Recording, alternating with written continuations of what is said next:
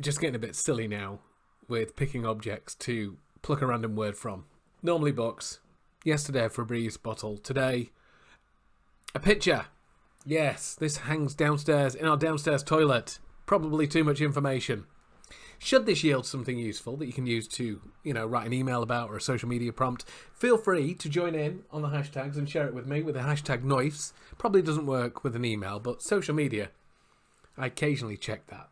So let's endanger our lives with this piece of flimsy glass and see how this goes.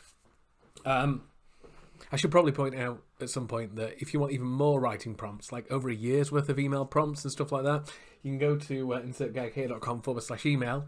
There's a link in the description below. And you don't have to watch my face. Or I don't have to risk my life, putting my finger on glass. So let's see how this goes. I'm going to try and avoid the middle area because that's a dress and I don't want to talk about that. Not again. So here we go. Let's see what we've landed on. That's not good. 3 to 4 inches. Innuendo fans, I'll give you that one. So, 3 to 4 inches. So I'm not going to strictly use the word 3 to 4 inches. This is what I do with that. I would use it as a cue to talk about the fact that things can be different lengths. Copywriting, especially. Like, case in point, the other day I was asked to write an email for somebody. I wrote it and realised that it didn't need to be that long.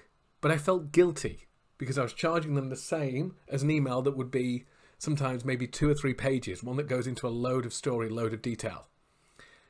And the thing I still forget about this is the fact that the email has a job. And as long as the email is doing its job, it doesn't matter how many words it involves. You're not paying by the word. You're paying by results. And sometimes it's just as effective to send a very short, this is your last chance. If you don't click this now, you're going to miss out. Sometimes that's enough. They don't all need to be massive, long-flowing pieces of text with stories, open loops, angles, all this kind of stuff. So that's what I talk about. There's the old argument about copy. Does it need to be short? Does long copy work? That kind of stuff. Copy's as long as it needs to be. But the true measure of whether copy is effective isn't in the length of it. It's just in, does it generate sales? Does it get the results I wanted to? And if it didn't work, why didn't it work? And it's very lazy to rely on, it was the number of words. No, there's probably more to it than that. And it's probably the same in your business as well. There's probably metrics that people think are the real indicators. Maybe it's BMI, maybe it's, I don't know.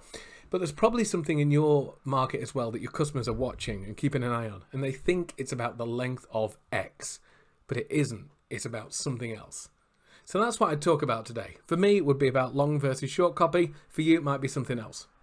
So that's what I'd do with 3 to 4 inches today. What would you do with 3 to 4 inches today?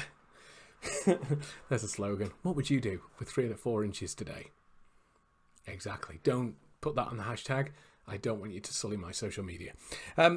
So have a think about that. 3 to 4 inches. Let's talk about length. What would you do with that? I'll give you 5 seconds. Talking about length, I'll give you 5 seconds to think about it.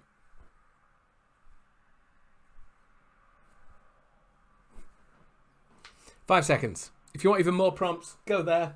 Link in the description. You can have a year's worth of email prompts without me sullying up your life with innuendo-based content. So that's it today. Think about length. Think about a metric that doesn't really matter to your audience, but they think it does. Go forth, create something awesome, and I will see you soon.